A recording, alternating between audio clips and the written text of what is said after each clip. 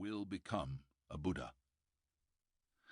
The sculpture itself had been made by the infamous Quan Lin in the Sung dynasty between 960 and 1280, and had come into Lin Bao's possession through the thankful hands of a man he'd aided in fleeing the terrors of communism.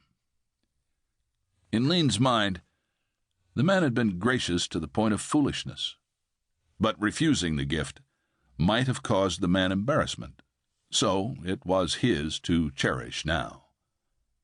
He studied its outstretched arm, held there in the traditional gesture of teaching, and it reminded him that his own limb must soon point to his nephew in judgment. His eyes moved now to the west wall, landing on the original painting of doves and pear blossoms. It had been painted on paper instead of the traditional silk, and was said to have inspired at least a dozen of China's most famous poets. One of them, he recalled, had written words that had brought him great comfort in times of stress. What were they? It was becoming exceedingly more difficult to remember things. Now they came. Again, the snow-scented air calls me from dreams, and again the doves on a small branch in my courtyard swell their chests with spring. Such beautiful lines, he thought.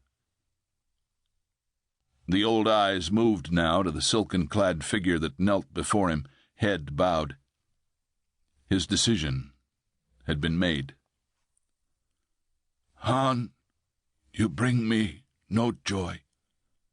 You were and are eternally responsible for those in your care, and you have failed." His voice, soft at first, had risen somewhat. "You should have seen the necessity to depart Cambodia with your goods and family long before now. Your eagerness to make a profit from a desperate people does you no honor. You forget what it was like when we left the mainland. You were but a boy, and I carried you, the son of my brother who remained there to fight, in my arms. You and your sister were all that I carried. All else was left behind. Land, wealth, all that our family had gathered over 200 years was gone.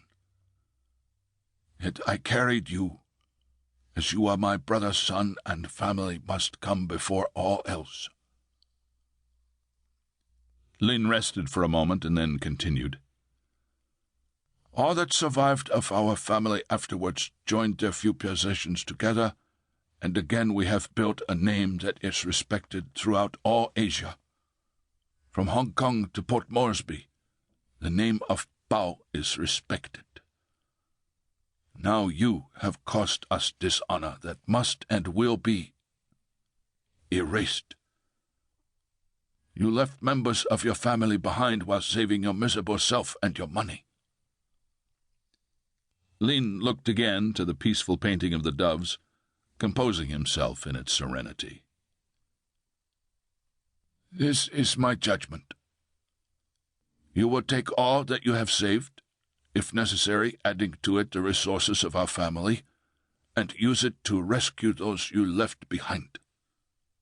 Spend it wisely. Do not be niggardly. Bring our people to me, and you will be redeemed. Fail in this matter, and the kindest fate you could enjoy would be my permission to die by your own hand." Lin waved his arms in a gesture of dismissal. "Go now. Leave my eyes until you have need of my assistance in whatever plan you arrive at."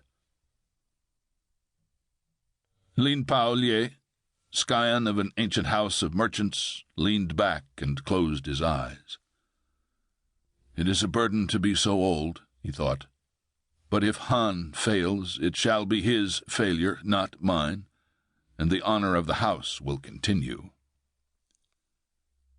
While his family knelt around him, Lin Pao nodded, as old men will do, and fell asleep. The family bowed and departed silently, leaving the elder to his dreams.